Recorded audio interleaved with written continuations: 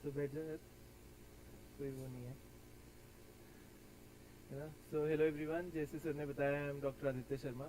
सो इस साल मेरा रैंक 70 आया है and it was my first attempt. So पहले तो सॉरी यार, मैं लेट हो गया। एक्चुअली मैप पे गलत लोकेशन आ गई थी, तो उस चक्कर में मुझे काफ़ी भाग के आना पड़ा इधर। तो ठीक है। सो मैं थोड़ा सा अपनी पहले जर्नी के बारे में बता देता हूँ कि कैसी रही थी। सो ऐसा नहीं था कि फर्स्ट अटेम्प्ट है तो मतलब मैंने एक ही साल तैयारी करी है। मैंने अपने थर्ड ईयर में कॉलेज की तैयारी स्टार्ट कर दी थी, है ना। So third year, final year और अपने इंटर्नशिप के मिड में मैंने फिर प्रीलिम लिख दिया। तो 2.5 साल की तैयारी मेरी भी थी, बट वो कॉलेज के साथ थी, तो उतनी ज़्यादा इफेक्टिव नहीं थी कि, है ना, सब कुछ ही साथ साथ चल रहा था। तो फिर इसलिए जब मैंने तैयारी स्टार्ट की थी तो मैंने पहले 1 साल कोचिंग ली थी अपने चंडीगढ़ में ही लोकल। फिर उसके बाद अगले साल सेल्फ स्टडी, इंटर्नशिप के हाफ में भी सेल्फ स्टडी, और फिर मैंने प्रीलिम्स लिखा और फिर मेंस लिखा और इंटरव्यू था। सो मुझे लगता है कि मेरे को सबसे ज़्यादा डर हमेशा से था कि प्रीलिम्स निकलेगा कि नहीं निकलेगा, क्योंकि प्रीलिम्स बहुत ज़्यादा अनप्रिडिक्टेबल है, बहुत ज़्यादा डाइसी है ना। उसके अंदर बहुत सारे क्वेश्चन है कि 3-4 क्वेश्चन अप डाउन हो गए तो आप सिलेक्ट हो, वरना नहीं। इनफैक्ट अगर आपके 100 नंबर भी बन रहे हैं किसी आंसर की से, तो आपको ये नहीं पता अल्टीमेटली 80 बनेंगे कि 110 बनेंगे। तो प्रीलिम बहुत ही मुश्किल मुझे पर्सनली लगता था। तो मैंने अपनी तैयारी का ये थोड़ा सा स्टार्टिंग में इनिशियली मेरे को था कि मैं अपना प्रीलिम पे ही सारा फोकस रहा था।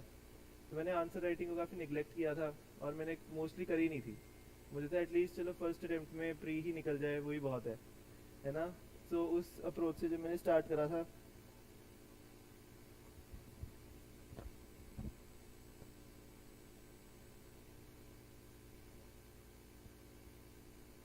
तो मैंने जब अपनी तैयारी फिर जब स्टार्ट करी तो कोचिंग ली, तो मेरा ये प्लान था कि मेरा 9 to 5 कॉलेज था, उसके बाद मैं 5 to 8 3 घंटे डेली क्लास लगाता था। तो उस टाइम सेल्फ स्टडी का तो कोई टाइम था नहीं, क्योंकि आपको पता है क्लासेस लगा रहे हो तो सेल्फ स्टडी का कम ही टाइम बचता है। अगर आप फुल टाइम तैयारी कर रहे हो तो मे बी आप वो वाली क्लास रिवाइज करके अगले दिन तक आ सकते हो। तो पहले सर मेरा टारगेट था एक बार सारा सिलेबस खत्म कर लूँगा मैं कोचिंग के थ्रू, और फिर देख लूँगा कि भाई कौन सा मेरे को कितना टॉपिक आता है, फिर मैं अपने हिसाब से जो स्टैंडर्ड बुक्स होती हैं वो करूँगा। अब जैसे स्टैंडर्ड बुक्स आप सबको पता ही होंगी, मैं एक बार बुक लिस्ट अपनी बता देता हूँ, है ना। सबसे पहले मॉडर्न हिस्ट्री के लिए स्पेक्ट्रम ही है, बिपिन चंद्रा भी पढ़ सकते हो जिसने जो पढ़ता है। पॉलिटी के लिए सिर्फ लक्ष्मीकांत ही है। उस इकोनॉमी के लिए थोड़ा सा था कि मृणाल सर के मैंने यूट्यूब पे वीडियोस देखे थे जो पुराने वाले पढ़े हैं उनके 2016 वाले, है ना। और उसके अलावा जो भी आप इकोनॉमी की कोई भी बुक ले लो, मैंने नितिन सिंघानिया सर की बुक ली थी, बट मेरे को उतना ज़्यादा वो नहीं लगा, तो जो टॉपिक एक्स्ट्रा थे उसमें से देख लेता था। तो आप लोग कोई भी ले लो, श्री राम, कोई भी आपको कोचिंग का मटेरियल मिल रहा है, प्लस जो मेरे क्लासरूम नोट्स थे वो मैंने रखे हुए थे कि उनसे रेफर करता था टाइम टू टाइम। ठीक है। उसके अलावा सबसे ज़्यादा मुझे लगता है एंशियंट मिडिवल कल्चर एक मेरे लिए बहुत इंपॉर्टेंट सब्जेक्ट रहा है, क्योंकि इनिशियली मेरा बहुत वीक था और उसमें से बहुत क्वेश्चन आते हैं जो गलत भी होते हैं। तो मैंने क्या करा, एक दिन मुझे लगा कि करना ही पड़ेगा, मैंने 20 दिन लगा के जो old N C R Ts है 11th 12th की, है ना, 11th 12th की old N C R Ts, Tamil Nadu वाली नहीं, सी बी एस ई वाली, उनके मैंने नोट्स बनाए पूरे पूरे बुक टू बुक। फिर उसके बाद जो new N C R T है थीम्स वाली, उसके अंदर ना एंड में न्यू वर्ड्स आए हैं, की वर्ड्स आए हैं, और इन जनरल भी मैंने जैसे सी ए पी एफ का पेपर भी 2 बार क्लियर करा था, तो उसमें मैंने देखा कि जो सी ए पी एफ का पेपर है उसके अंदर 3 question new N C R T से वर्ड टू वर्ड डाले थे उन्होंने। तो मतलब हिस्ट्री के लिए new N C R T अब इंपॉर्टेंट होती जा रही है। जोग्राफी के लिए मैंने जैसे 11th की जो हमारी फिजिकल जोग्राफी की बुक है that is the main stay. उसके अलावा, अच्छा, ठीक है, उसके अलावा जी सी लियोंग जो बुक है, उसके अंदर हमारा क्या होता है कि जो एंड वाला क्लाइमेटोलॉजी वाला पार्ट है ना, वो कहीं पे कवर्ड नहीं है, तो हम उसमें से कवर करेंगे वो वाला, क्योंकि उसमें काफ़ी अच्छा दिया हुआ है monsoon type climate, China type climate, तो वो जी सी लियोंग है। एथिक्स के लिए हमारा लेक्सिकॉन ही चलता है। एथिक्स के अंदर एक बहुत ही इंपॉर्टेंट चीज़ जो हमने याद रखनी है वो है कि हमने सिविल सर्वेंट्स के एग्जाम्पल बहुत सारे याद रखने हैं। मुझे तो अब पता चला कि काफ़ी बच्चे पूछ रहे हैं कि क्या हम सिविल सर्वेंट्स का नाम पेपर के अंदर यूज़ कर सकते हैं। तो बिल्कुल कर सकते हैं, है ना, करना भी चाहिए, मतलब हम लोग उनसे इंस्पायर होते हैं, वो पब्लिक डोमेन में उनका नाम है तो हम यूज़ कर सकते हैं।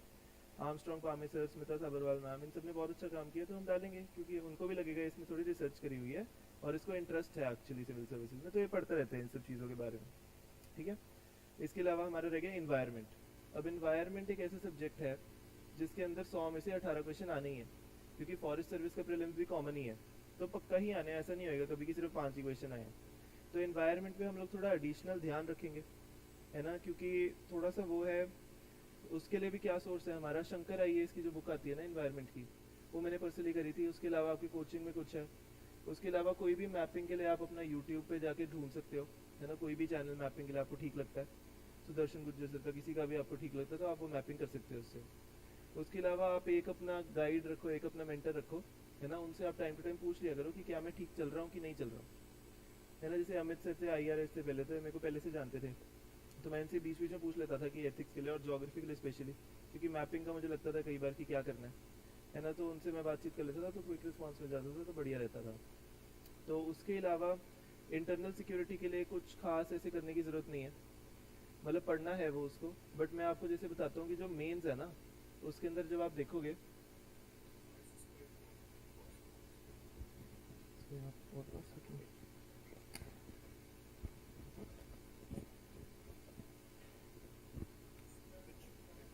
ठीक है।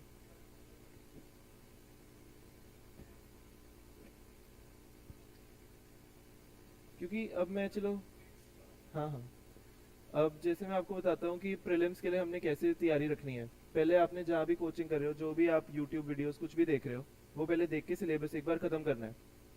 फिर जब आपका वो सिलेबस ख़त्म हो जाएगा, तो उसके बाद आपने क्या करना है कि अपना, जब सेकंड एक बार सारा सिलेबस ख़त्म कर लिया, बीच बीच में आपको लगता है कि यार मैंने तीसरे सब्जेक्ट के बाद पहला सब्जेक्ट भूल चुका हूँ, तो कोई बात नहीं, उसको धीरे धीरे करके एक एक चैप्टर करके कभी कभी रिवाइज करना। फिर जब सेकंड ईयर आपका आएगा, आप फुल ऑन सेल्फ स्टडी वाले मोड में आ चुके हो, तो उसके अंदर आपने क्या करना है, अपना सब्जेक्ट आपने लेना है, और उस सब्जेक्ट के बाद आपने उसका एक सेक्शनल टेस्ट दे देना है। अब सेक्शनल टेस्ट मतलब कि एंशिएंट मिडिवल कल्चर का फुल लेंथ टेस्ट, ठीक है, किसी भी इंस्टीट्यूट का ले लो, यहाँ से ले लो, कहीं का भी आपको लगता है आपके पास क्वेश्चन पड़े हैं, वो असेस करो। अगर आपके टेस्ट में 100+ बन रहे हैं मार्क्स, तो मतलब आपका तैयारी ठीक थी। अगर आपके 100 से कम बन रहे हैं, तो आपको टॉपिक्स आइडेंटिफाई करने हैं किसमें हमारी ज्यादा गलतियां हुई हैं, और उसको अपने नोट्स में ऐड करने हैं। अब नोट्स का क्या सीन है, वो सबसे ज्यादा इंपॉर्टेंट है कि पहले आपने अपना जो क्लासरूम नोट्स है वो तो पढ़ना ही है।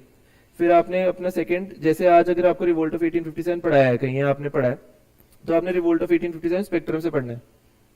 जिधर आपको ज्यादा लग रहा है और जिधर कम लग रहा है, कम वाले में से जो एक्स्ट्रा चीज है वो उठा के ज्यादा वाले में ऐड करनी है। ये वाली एक्सरसाइज सबसे ज्यादा जरूरी है, क्योंकि अब मैंने एक बार अपना यूनिफॉर्म काम बना लिया, मुझे अब वो वाली बुक दोबारा नहीं पढ़नी, और क्योंकि मैं उसी नोट्स को बार बार रिवाइज करूंगा, तो वो बहुत ज्यादा मेरे लिए इंपॉर्टेंट और इजी टू रीड बन जाएंगे। अब आप बोलोगे कि स्टार्टिंग में तो नोट्स बहुत लंबे बनते हैं, बिल्कुल बनते हैं, सारा कुछ ही लिख देते हैं स्टार्टिंग में, तो वो विद टाइम ही होएगा। अब विद टाइम क्या होएगा, जो चीज आसान है ना, आप उसको पढ़ोगे ही नहीं, चाहे बल्कि नोट्स भी हैं, वो बल्कि बाहर वालों के लिए होंगे, आपके लिए वो लाइट ही रहेंगे, ठीक है। वरना आप विद टाइम आपको लगेगा कि यार ये बिल्कुल ही नहीं पढ़ना, तो आप वो स्किप ही कर दोगे चैप्टर, या उसको फाड़ के निकाल ही दोगे, तो विद टाइम ही छोटे होते हैं, स्टार्टिंग में बल्कि ही नोट्स बनेंगे, ठीक है। तो ये अप्रोच है सेकेंड ईयर में, जब आप सेल्फ स्टडी कर रहे हो, अपना सब्जेक्ट रिवाइज करा आपने, और उसके बाद रिवीजन के बाद आपने जो क्वेश्चंस है अपने करे, उस हिसाब से आपने जो उन टेस्ट की गलतियां भी हुई हैं वो भी आपने अपने नोट्स में ऐड करी, और है ना 100+ है तो ठीक है, नहीं है तो फिर दोबारा पढ़ो जो टॉपिक्स कम है। तो ऐसे ऐसे करके सेकेंड ईयर में आपका एक रिवीजन प्रॉपर हो जाएगी अच्छे वाली, ठीक है, जिसके अंदर आपने टेस्ट भी कर लिए। अब रिवीजन करने में आपको थोड़ा सा कम टाइम लगेगा जितना आपने पिछले साल करा था, तो वर्चुअली आपके पास आधा साल और बच जाएगा। तो उस आधे साल में आप क्या कर सकते हो कि आप दोबारा अपनी रिवीजन करो, और उसमें ये है जैसे जो जुलाई से लेके सितंबर, अक्टूबर, नवंबर तक का टाइम होता है, that is good for writing answers. अब मैंने पर्सनली तो क्या करा था, मेरी इंटर्नशिप और कॉलेज ही चल रहा था, तो आंसर राइटिंग नहीं करी थी, तो मैंने बाद में ही करी थी, प्री के बाद major answer writing. But I would recommend कि पहले जो ये वाला टाइम है उसमें आंसर राइटिंग कर सकते हैं, बट प्रोवाइडेड एक बार आपने सिलेबस पढ़ लिया। अब सिलेबस पढ़ने के बाद मैं आंसर राइटिंग इसलिए कह रहा हूँ क्योंकि जो हर एक आंसर है ना, that will be a mix of all the subjects. ऐसा नहीं है कि हिस्ट्री का आंसर सिर्फ हिस्ट्री का ही है, बहुत ही टेक्निकल क्वेश्चन है कि कॉजेज ऑफ फेमाइन पूछ लिए इस 18th सेंचुरी में, तो हाँ वो अलग बात है, बट जो भी GS3 के क्वेश्चन है या कोई है, तो वो हमेशा इंटरलिंक करके आंसर बनेंगे। तो आप ये जरूर कर सकते हो कि ये चलो आपने मॉडर्न हिस्ट्री पढ़ लिया और आपको बहुत ही मन है कि आंसर लिखने हैं, तो PYQs उठा के आप जरूर मॉडर्न हिस्ट्री के आंसर लिख सकते हो, ठीक है। सो इसके अलावा अब काफी लोग न्यूज़पेपर का पूछते हैं कि क्या करना चाहिए, कैसे है। तो देखो ऐसे था कि कॉलेज में मैं डेली तो नहीं पढ़ पाता था न्यूज़पेपर, तो न्यूज एक टॉपर ने, जब मैं बैठता था ऐसी क्लास में, तो एक टॉपर आए थे, तो उन्होंने बोला कि यार न्यूज़पेपर की बात ये है कि जब कोचिंग इंस्टीट्यूट्स है ना newspaper down to earth PIB पढ़ के कंपाइलेशन निकाल देते हैं, तो आपको daily daily newspaper for current affairs नहीं पढ़ने की जरूरत है ना। तो मैंने भी सोचा ठीक बात है, मैं न्यूज़पेपर इसलिए पढ़ता हूँ कि मेरे जो फ्लो ऑफ थॉट्स है, जो मेरा इंट्रो बॉडी कंक्लूजन का फॉर्मेट एडिटोरियल से बनता है, जो वोकेबुलरी बनती है, और जो मोटा मोटा आइडिया लग जाता है कि आजकल क्या चल रहा है, तो उसके लिए मैं न्यूज़पेपर ज्यादा पढ़ता था। तो उसके लिए फ्रंट पेज एडिटोरियल, इंटरनेशनल और इकोनॉमी 4 पेज, 5 पेज हो गए एडिटोरियल के 2। तो ये ऐसा नहीं था कि मैं डेली पढ़ पा रहा हूँ, पर जब भी मैं पढ़ता था मैं ट्राई करता था कि चलो आधे घंटे में फटाफट से स्किम थ्रू कर लिया न्यूज़पेपर की ये है तो ये कर लेते हैं। उसके अलावा मैं मंथली कंपाइलेशंस पढ़ता था और एंड में जो ईयरली कंपाइलेशन हम सबको पता आती है वो पढ़ता था, तो उससे बहुत ज़्यादा फायदा नहीं हुआ। But at the same time current affairs का ऐसा है कि 100 क्वेश्चंस में से सिर्फ 12 आएंगे, ठीक है, अराउंड 12 आएंगे, और 12 में से आप चाहे सारी दुनिया का सब कुछ पढ़ लो आपको 5-6 से ज़्यादा नहीं आते होंगे। तो इसलिए करंट अफेयर्स को हमने अपना मेन स्टे नहीं बनाना है। मैंने काफी लोगों को देखा है जो करंट अफेयर्स के ऊपर ऑब्सेस करते हैं कि यार करंट अफेयर में हर जगह के पढ़ लूंगा पेपर से पहले, पर अगर हमारा स्टैटिक ही बहुत ज्यादा स्ट्रांग है तो आपका प्री कोई नहीं रोक सकता। अब मैंने लक्ष्मीकांत अच्छे से पढ़ ली थी 10-12 बार बाय द टाइम मेरा पेपर था, धीरे धीरे करके कभी, है ना, over the period of time. तो मेरे पॉलिटी में 10 में से 10 ठीक थे, पर करंट अफेयर्स इतने नहीं ठीक थे क्योंकि वो नहीं हो सकते ठीक सारे। तो इसलिए मेरे को लगता है कि स्टैटिक हम स्ट्रांग रखें, एटलीस्ट कुछ हमारे हाथ में जो हम प्रिडिक्ट करके लेके जा सकते हैं पेपर में। एट द सेम टाइम अब पेपर थोड़ा सा वेग हो गया है ना, चेंज हो गया यूपीएससी। अब लास्ट ईयर वाला भी थोड़ा डिफिकल्ट था, इस बार तो काफी डिफिकल्ट हो गया था, पर ऐसा नहीं था कि ये नहीं हो सकता। अब ऑन एनी गिवन डे जब आप पेपर लिखने जाओगे तो आपको 100 में से सिर्फ 25 से 28 क्वेश्चन होंगे जो पक्का आते हैं, उसके बाद वाले किसी भी टॉपर को नहीं आते। मैंने हर एक से बात कर ली, किसी को नहीं आते, ठीक है। तो उसके बाद वाला क्या है, आपको इंटेलिजेंट गेसेस करने हैं। अब बोलोगे वो कैसे करें, वो आप करोगे पीवाईक्यूज से। आप पीवाईक्यूज करो, हर एक ऑप्शन को देखो, ये सोचो यूपीएससी कैसे टाइप की स्टेटमेंट्स को क्यों गलत करता है। अब मैं एक थोड़ा सा रूल ऑफ थंब अपना बना के गया था, ये है नहीं है, मतलब मेरे लिए था, है ना, कि आप यही करने लग जाओ कि जो यूपीएससी है वो फैक्ट वाली जो स्टेटमेंट्स है वो जनरली गलत करता है, and this is one of the ये वाली स्टेटमेंट्स को जनरली सही करता है। तो पेपर में क्वेश्चन आ गया कि नया सोमनाथ टेम्पल के पास सर्किट हाउस इनॉग्रेट हुआ है, तो उसके बारे में पूछ लिया। अब किसी को क्या पता, पहली स्टेटमेंट थी it was inaugurated by first president Rajendra Prasad, अगली लाइन थी it is one of the इतने इतने शक्तिपीठ साइट्स इन इंडिया। तो मैंने कहा यूपीएससी कौन सी स्टेटमेंट में गलती कर सकता है, फर्स्ट में ही कर सकता है कि फर्स्ट नहीं था कोई और प्रेसिडेंट था।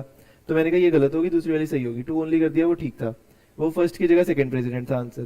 तो मतलब ये मैंने ऐसे थोड़ा ये इंटेलिजेंट गेसिंग मैंने कैसे सीखी कि पीवाईक्यूज को अच्छे से अंडरस्टैंड करके एनालाइज करा कि कहाँ पे यूपीएससी कैसे टाइप का क्वेश्चन गलत करता है। अब मेरे वाले पेपर में जो 22 का था उसमें पहली बार हाउ मेनी पेयर्स वाले क्वेश्चन आए थे, तो मेरे पहले 4 क्वेश्चन भी वही थे, तो मेरे को समझ नहीं आ रहा था कि इनको टैकल कैसे करना है। तो मैंने एक बार देखा वो मैच द फॉलोइंग उन्होंने पूछा होता, पेयर्स कौन से हैं, तो मेरे को फर्स्ट पता था सही है, सेकंड मुझे पता था कि गलत है, सेकंड का जो आंसर था वो मुझे पता था कि थर्ड वाले में दिया हुआ है, तो थर्ड भी गलत है। तो मेरे को पता चल गया यूपीएससी ने इंटरचेंज करा है। अब यूपीएससी ने इंटरचेंज करा है तो वो एक ही बार इंटरचेंज करेगा, तो मतलब बाकी 2 ठीक है। अगर फोर्थ नहीं भी पता तो मैंने ओनली 2 पेयर्स कर दिया। तो ये सब तरीके हम धीरे धीरे डिवाइस करेंगे, और फिर बाद में पता भी चला कि मोस्टली आंसर्स ओनली 2 पेयर्स वाले थे, है ना। सो ये वाली बात इसके अंदर होती है। सो थोड़ा थोड़ा आपको अभी से इंटेलिजेंट गेसिंग करनी है, कोई नहीं सिखाएगा, खुद से डायसेक्ट करना क्वेश्चन को और अंडरस्टैंड करना, टाइम लगाओ आराम से पीवाईक्यूज के साथ। क्योंकि आप खुद सोचो अगर अगले साल किसी यूपीएससी वाले एग्जामिनर ने नए नए पेपर बनाना है तो वो कैसे बनाएगा, पुराने पेपरों को देख के। तो अगर आप भी पुराने पेपर को देख लो तो आप थोड़ा बहुत प्रिडिक्ट भी कर सकते हो कि कैसे क्वेश्चन आएंगे, ठीक है। हर बार एक नया एलिमेंट पेपर में आएगा ही। एक एग्जाम डे के लिए भी मेरे लिए टिप है कि जैसे आप एग्जाम में गए हो, आपने पेपर देख लिया, आपको पता चल गया मुश्किल है, तो कई बंदे होते हैं घबरा जाते हैं और नहीं परफॉर्म करते हैं। पर आप ये सोचो कि पेपर सबके लिए ही उतना मुश्किल है और सारे ही उतना ज्यादा डरे हुए हैं, तो आपको इसलिए बोलना है कि नहीं आज तो मैं बेस्ट परफॉर्म करके जाऊंगा, मेरे को ये रिग्रेट नहीं होना कि पेपर मुश्किल था मैंने फिर भी छोड़ दिया। और हम सिर्फ एक ही चीज अवॉइड कर सकते हैं कि सिली मिस्टेक्स ना करें, कि नॉट वाली चीजें पढ़ लें, ये वाली कि which of these is not correct बोल दिया और हम करेक्ट कराए, तो ये हमें अवॉइड करना है। अब जो नहीं आता वो तो नहीं आता, उसमें कुछ नहीं कर सकते, पर सिली मिस्टेक्स नहीं करनी, इतना सोच के जाना है पेपर में, ठीक है। अब पर्सनली बोलते हैं कितने अटेम्प्ट करने हैं, अब मैं सारे 100 क्वेश्चन अटेम्प्ट करके आया था, ठीक है। अब मैं क्योंकि मॉक टेस्ट में भी करता था तो मेरी एक्यूरेसी थी कि चलो नेगेटिव के बाद भी बन जाती थी बात, तो मेरा टाइम भी थोड़ा सा बच जाता था, तो मैं कर ही देता था, पर वो सबका अलग है। बट मुझे लगता है आजकल पेपर इतना वेग है कि आपको 90 क्वेश्चन 89-90 तो मुझे लगता है करने ही चाहिए अटेम्प्ट। उससे कम करोगे तो इतनी ज्यादा एक्यूरेसी इतने वेग पेपर में बहुत मुश्किल है कि आपके 60 क्वेश्चन या 55 क्वेश्चन बिल्कुल ही ठीक हो जाए। तो इसलिए आप वो थोड़ा सा अपना खुद से कैलिब्रेट करो। ऐसी बात नहीं है, मेरे कुछ फ्रेंड्स हैं जिन्होंने 76 करे हैं, जिन्होंने 84 करे हैं, उनका भी क्लियर हुआ है। बट अगर आपको फिर आपको अपने हिसाब से कैलिब्रेट करना पड़ेगा कि कितने क्वेश्चन अटेम्प्ट करने हैं, ठीक है। फिर प्रीलिम्स के लिए यही है, हमने बस अपने जो स्टैंडर्ड सोर्सेज हैं वो फॉलो करने हैं। एक कोई भी आपका एडिशनल कोचिंग का मटेरियल है, कुछ भी साथ में चल रहा है, इन दोनों को एक जगह पे कंपाइल करना है, सेक्शनल टेस्ट देना है, उसके अंदर जो गलती हो रही है उसको नोट्स में ऐड करना है। ये आपका मटेरियल प्री का रेडी है, इसके बाहर से कुछ नहीं आएगा, बाहर से तो कोई बात नहीं देखी जाएगी, ठीक है। सो उसके अलावा ये हमने प्री का ऐसे कर लिया, डे ऑफ एग्जाम का भी देख लिया।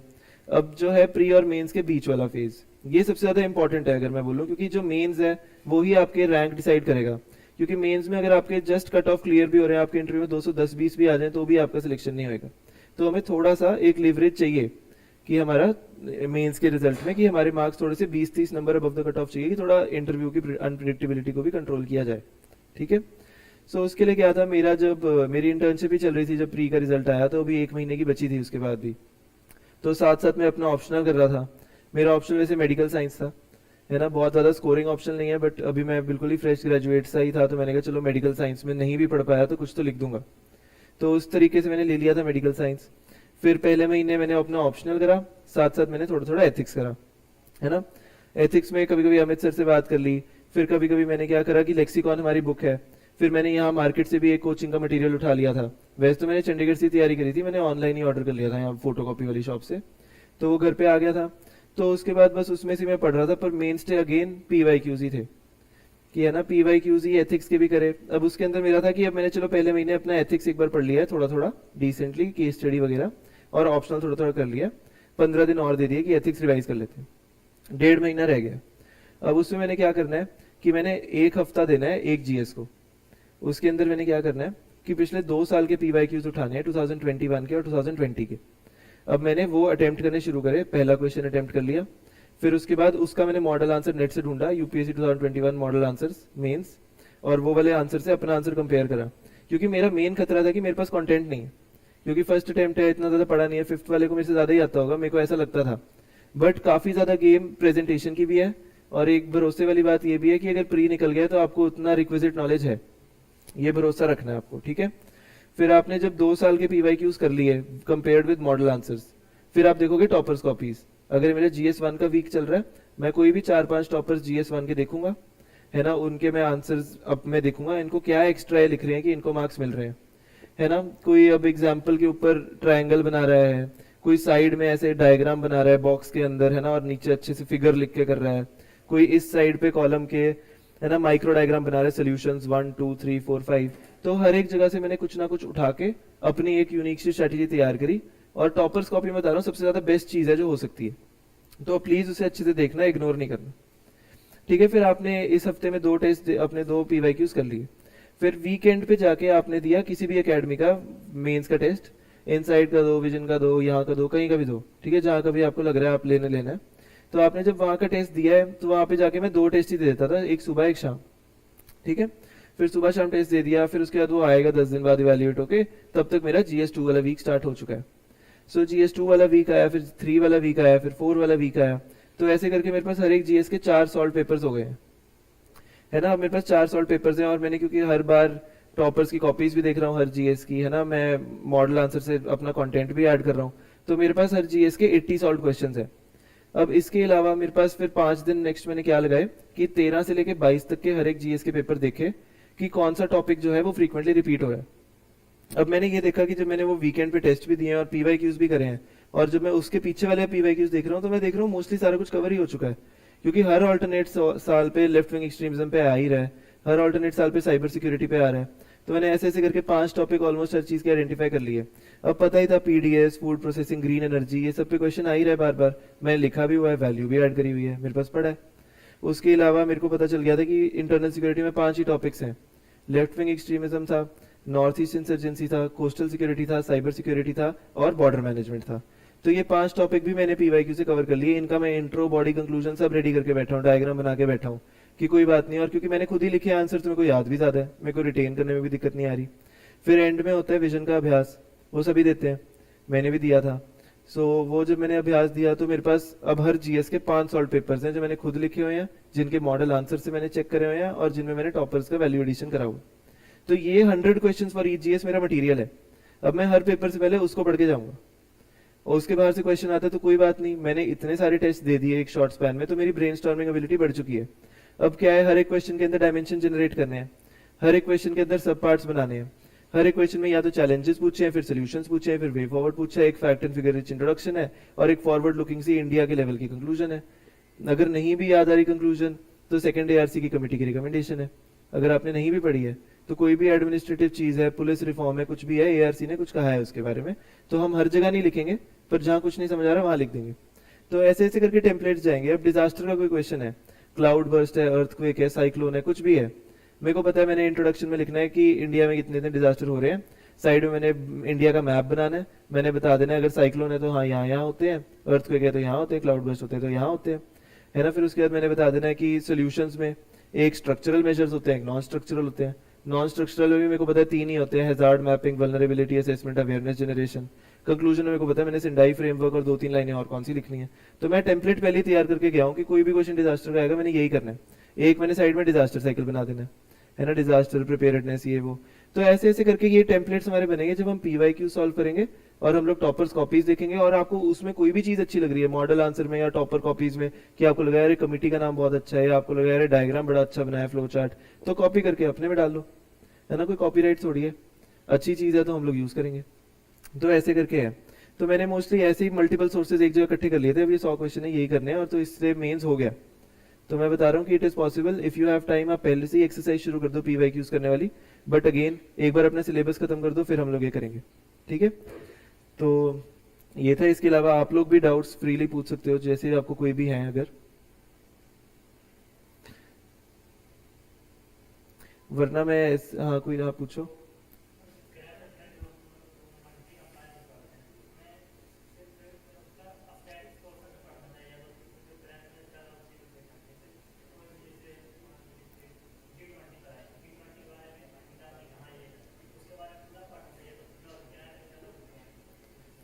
यार ऐसा है कि ये हमें आइडेंटिफिकेशन करनी है। अगर करंट अफेयर में इंडिया श्रीलंका है या रशिया यूक्रेन है या G20 है या शंघाई कोऑपरेशन ऑर्गेनाइजेशन है, जो मतलब बहुत ही ज्यादा न्यूज में है कि भाई जैसे रामानुजा का स्टैचू बन गया था नया, तो मेरे को पता था कि अब रामानुजा की थ्योरी पे क्वेश्चन आएगा विशिष्ट अद्वैत पे, तो मैं पढ़ के गया था और सेम क्वेश्चन आ गया था। तो जो बहुत ज्यादा इन न्यूज है या जो हमारे पीएम सर इनॉग्रेट कर रहे हैं या कुछ बहुत ही बड़ी चीज है, तो उसका हम बैकग्राउंड स्टोरी पढ़ेंगे। अगर कोई बोलेगा कि यार ये नया इंसॉल्वेंसी बैंक्रप्सी कोड आ गया है, तो हम पुराने कोड नहीं पढ़ेंगे, है ना, हम नया वाला जो चेंजेस हुए हैं वो पढ़ेंगे। तो हमें आइडेंटिफाई करना है कौन सी चीज बहुत ही ज्यादा न्यूज में, जैसे G20 तो पक्का ही पक्का आएगा, प्री में नहीं आया तो मेंस में आएगा, कहीं ना कहीं आएगा, नहीं आएगा तो हम खुद लिखाएंगे, मतलब ऐसी चीज है। तो इसलिए उसका हम बैकग्राउंड पढ़ेंगे। तो थोड़ा सा आइडेंटिफिकेशन की गेम है ये।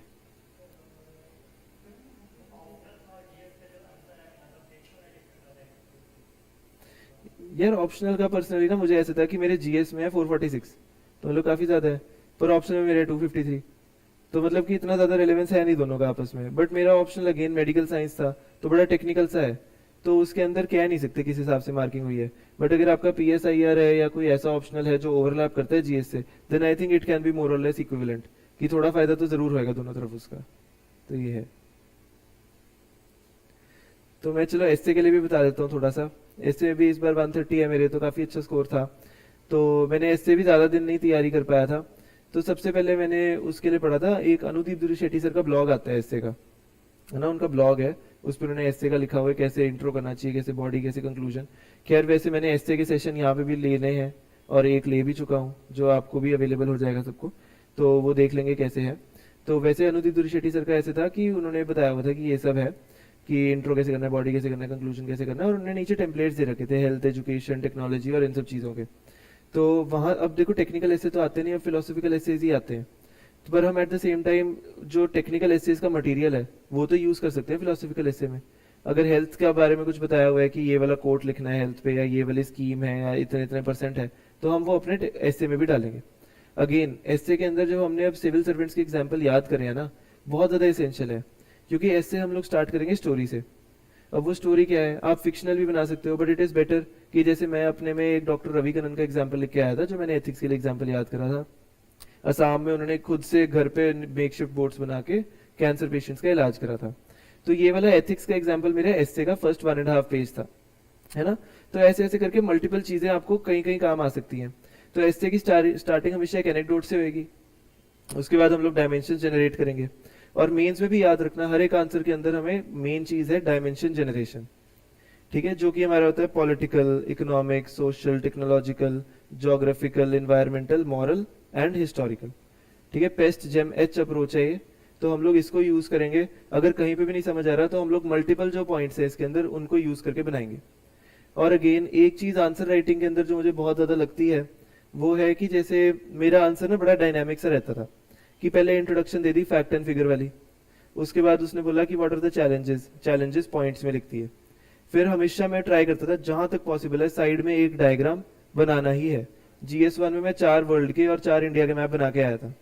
GS2 में क्वेश्चन था I2U2, अब लोग I2U2 लिखने लगे, पहले पहले वर्ल्ड मैप बनाया और I2U2 मार्क कर दिए उस पर, कि थोड़ा क्लैरिटी होती है, थोड़ा प्रेजेंटेशन में अच्छा लगता है, एग्जामिनर का खुद 1 नंबर एक्स्ट्रा देने का मन करेगा। ठीक है, फिर आपने जब ये सब, उसके बाद चैलेंजेस आपने पॉइंट्स में लिख दिए है ना, उसके बाद अगली वाली चीज जो आई जैसे सोल्यूशंस है, तो सोल्यूशंस का हमने कॉलम बना के साइड में डब्बा बनाएंगे सोल्यूशंस और एरो डालेंगे 1 2 3 4 5, तो ये इसको कहते हैं माइक्रो डायग्राम।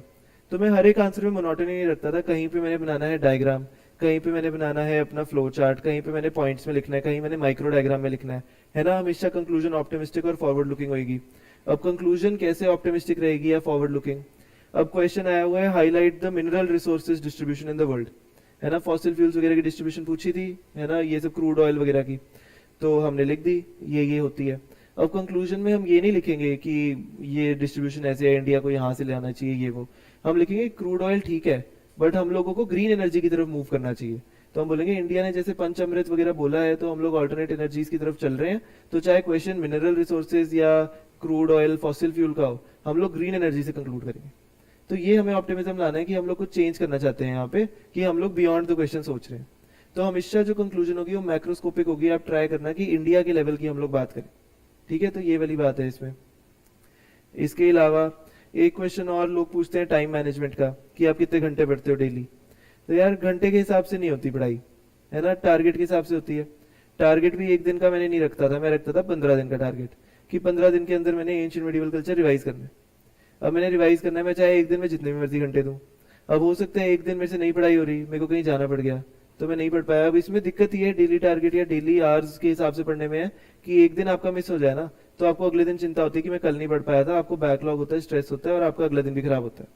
तो 15 दिन टारगेट का ये फ्लेक्सिबिलिटी है कि मेरे को पता है अगर मैं 3 दिन बाई चांस नहीं पढ़ पाया तो मुझे अगले 3 दिन ज्यादा पढ़ना ही पड़ेगा और मैं उस चीज के लिए खुद आंसरेबल हूँ। तो फिर इसलिए मैं 15-15 दिन के टारगेट रखता था कि मेरे को स्ट्रेस ना हो कि भाई डेली में इतना नहीं पढ़ पाया। अब कई बार होता था ड्यूटी है, मैं नहीं पढ़ पा रहा हूँ, मेरी 8 to 8 ड्यूटी है, उसके बाद अब मैं घर आया हूँ तो नहीं पढ़ पाया उस दिन। तो या मुझे पता है नाइट ड्यूटी मेरी चल रही है, तो उसमें मुझे पता है कि जो 12 से लेके 3 बजे का टाइम है वो बड़ा लाइट रहता है, तो 3 घंटे तक आराम से अपना पढ़ लिया। फिर उसके बाद जब सो के उठे तो अगले 4 घंटे पढ़ लिया। बट ऑन एन एवरेज अगर आप पढ़ाई दिन में 6 से 7 घंटे कर रहे हो फ्री, अभी आप कोई और साथ में ग्रेजुएशन नहीं कर रहे हो और 6 से 7 घंटे डेली पढ़ रहे हो, उसमें से अगर 5 घंटे भी इफेक्टिव है तो वो बहुत अच्छा है ना। उससे ज्यादा अगर आप डेली 10 घंटे, कोई नहीं पढ़ता है ना, क्योंकि 10 घंटे नहीं पढ़ सकते। अगर पढ़ोगे डेली 10 घंटे तो 3 दिन पढ़ोगे, फिर चौथा और 5वां दिन आप नहीं पढ़ोगे। ठीक है, मतलब पढ़ सकते हो तो बहुत अच्छी बात है, मैं वैसे बोल रहा हूँ, पर मुश्किल है कि इतना ज्यादा हम लोग नहीं कर पाते हैं। और थोड़ा सा इतने में ही हम अगर इफेक्टिव स्टडी करनी है तो इतने इतने में हो तो बहुत अच्छा है। उसके अलावा आप कुछ अपना, अगर आप बोल रहे हो कि यार अब मेरा स्टैटिक का ये वाला पार्ट हो गया, कुछ करना है, तो रात को थोड़ा सा ऐसे 2-3 करंट अफेयर के पेज पढ़ लिए, है ना, तो थोड़ा थोड़ा अपना डायनामिक रखो। अब कई लोग होते हैं वो दिन में हिस्ट्री पढ़ते हैं, दोपहर को पॉलिटी पढ़ते हैं, शाम को ज्योग्राफी पढ़ते हैं, तो वो वाली अप्रोच भी ठीक नहीं है। पहले हिस्ट्री कर रहे हो तो हिस्ट्री कर लो, है ना, क्योंकि आपको वरना तीनों ही चीजें ढंग से घुसेंगी नहीं दिमाग में। हिस्ट्री पढ़ोगे, पूरी क्रोनोलॉजी आएगी, दिन में आपकी चेन ऑफ इवेंट्स बनेगा, तो आपके दिमाग में भी रहेगा यार इस 10 दिन में हिस्ट्री में इकट्ठे ये पढ़ा था, है ना। 3 सब्जेक्ट साथ में चलाओगे तो अच्छा नहीं लगेगा, मैक्सिमम 2 चला लो, पर दूसरा सब्जेक्ट भी ऐसे होगा कि यार पहले से मैं बोर हो गया काफी, तो मेरे को दूसरे के 2 चैप्टर मैंने पढ़ लिए थोड़े से रिफ्रेश होने के लिए, या करंट अफेयर्स पढ़ लिए उस टाइम में। तो ऐसे ऐसे करके आप कर सकते हो, क्योंकि हो सकता है आपको लगे यार 6-7 घंटे हिस्ट्री कौन ही पढ़े लगातार, तो आप बोल दो नहीं चलो बीच में 2 चैप्टर लक्ष्मीकांत के पढ़ लेते हैं। तो ये है, तो मतलब 2 किताबें जो है ना, स्पेक्ट्रम और लक्ष्मीकांत, इनको तो ना आप टाइम टू टाइम पढ़ते ही रहा करो, कि जैसे मन, स्पेक्ट्रम तो मैं कई बार ऐसे स्टोरी बुक की तरह रात में पढ़ लेता था। अब अगेन हम लोगों को आइडेंटिफाई करना है कि इन बुक्स में इंपॉर्टेंट क्या है। हम जब लक्ष्मीकांत पढ़ते हैं ना, तो हम लोग पढ़ते हैं स्टार्टिंग में preamble, fundamental right, duty, DPSP, फिर हम लोग आते हैं एग्जीक्यूटिव पे, प्रेसिडेंट वगैरह, फिर आते हैं पार्लियामेंट, फिर इसके बाद हो जाती है बस। फिर इसके बाद जहाँ से स्टेट वाली बॉडीज शुरू होती हैं, कॉन्स्टिट्यूशनल नॉन कॉन्स्टिट्यूशनल बॉडीज आती हैं,